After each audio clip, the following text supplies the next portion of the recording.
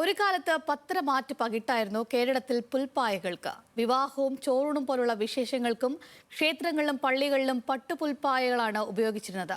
പരമ്പരാഗത തൊഴിലായ പുൽപ്പായ നെയ്ത്ത് പിന്നീട് പേരിന് മാത്രമായി ചുരുങ്ങി. എന്നാൽ ഇന്നും പായ നെയ്ത്തിന്റെ പാരമ്പര്യം കൈവിടാതെ സംരക്ഷിക്കുകയാണ് പാലക്കാട് ചിറ്റൂർ സ്വദേശി കുറുപ്പുസ്വാമി.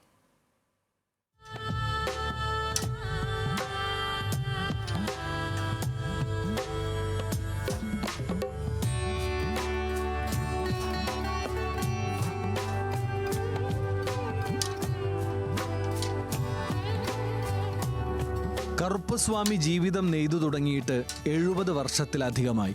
പാലക്കാട് ചിറ്റൂർ സ്വദേശിയായ കറുപ്പുസ്വാമി തലമുറകളായി പകർന്നു കിട്ടിയ കൈത്തൊഴിൽ ഇന്നും തുടരുന്നു.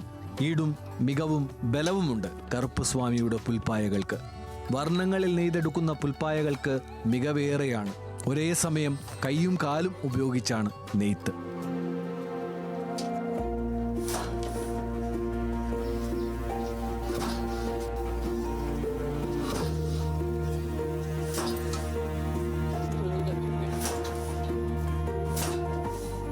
ചിറ്റൂരിലെ മാഞ്ചിറ, കമ്പിളിച്ചുങ്കം, ആര്യമ്പള്ളം എന്നിവിടങ്ങളിൽ 200-ലേറെ കുടുംബങ്ങൾ പുൽപ്പായ നെയ്തിരുന്നു.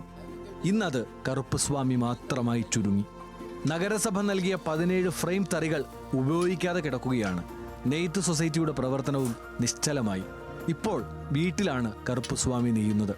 പുഴയോരങ്ങളിലെ പ്രത്യേകതരം പുല്ലായ ചേങ്ങോൽ ഉപയോഗിച്ചാണ് പായ നെയ്ത്ത്. ഈ ചേങ്ങോല് വരുന്ന സാധനത്തിൽ കൊണ്ടുവന്ന് 4 5 പൊളിച്ച് അതിൻ്റെ അകത്ത് ചോര കളഞ്ഞ് അത് ഉണക്കിയെടുത്തിട്ടാണ് ഇതിന് കളറുണ്ടാക്കുക. ആ കളറൊക്കെ 2 പ്രാവശ്യം കളറിട്ട് മുക്കിയെടുക്കണം. പാകം പോലെ മുക്കിയെടുക്കണം. വെള്ളം നന്നായി തിളയ്ക്കണം. മുക്കിയെടുത്ത് ഉണക്കിയെടുത്തതിന് ശേഷം ഇത് നെയ്യാൻ പറ്റില്ല. പിന്നെ നൂലാണ്. നൂല് നല്ല ബലമുള്ള നൂലായിരിക്കണം. ആ നൂല് തമിഴ്നാട്ടിൽ കിട്ടാറുണ്ട്. അതാണ് കൊണ്ടുവന്ന് ഇത് ചെയ്യണം. ഇപ്പോൾ കിലോയ്ക്ക് 300 മുതൽ 500 രൂപ വരെ വിലയുണ്ട് പുല്ലിന്. നിരവധി സംസ്കരണ പ്രക്രിയകൾ കടന്നാണ് പുല്ല് നെയ്ത്തിന് പാകമാകുന്നത്. 25 മുതൽ 30 വർഷം വരെ കേടുകൂടാതെ ഇരിക്കുന്ന പായകൾ നെയ്തെടുക്കാൻ 4 ദിവസമെങ്കിലും സമയമെടുക്കും. പുതുതലമുറയ്ക്ക് പായ നെയ്ത്ത് ഒരു തൊഴിലായി കാണുന്നതിനോട് താല്പര്യമില്ല എന്ന് കറുപ്പുസ്വാമി പറയുന്നു. സംഭവം മുന്നോട്ട് പോകുന്ന ആർക്കും താല്പര്യമില്ല. ഇത് ചെയ്യണം എന്നുള്ള താല്പര്യമില്ല. ഇതിലൂടെ സമ്പാദിച്ച് ജീവിതം കഴിക്കണം എന്ന താല്പര്യം ആയിരിക്കുമില്ല. ഒക്കെ പുറപ്പണിക്ക് പോകണം. വൈകുന്നേരം കൂലി വാങ്ങിക്കൂടി കൊണ്ടുവന്ന ഒരു ജീവിതം കഴിയണം. അതാണ് ഈ തൊഴിലിങ്ങനെ മുടങ്ങാൻ കാരണം. നല്ലൊരു എയിമുണ്ട്. ഗവൺമെൻറ് നല്ല ആനുകൂല്യമൊക്കെ കിട്ടും. എന്നാൽ എടുത്തിനടുത്ത് കാണില്ല. ഇപ്പം ഞാൻ മാത്രം ചെയ്യുന്നുണ്ട്.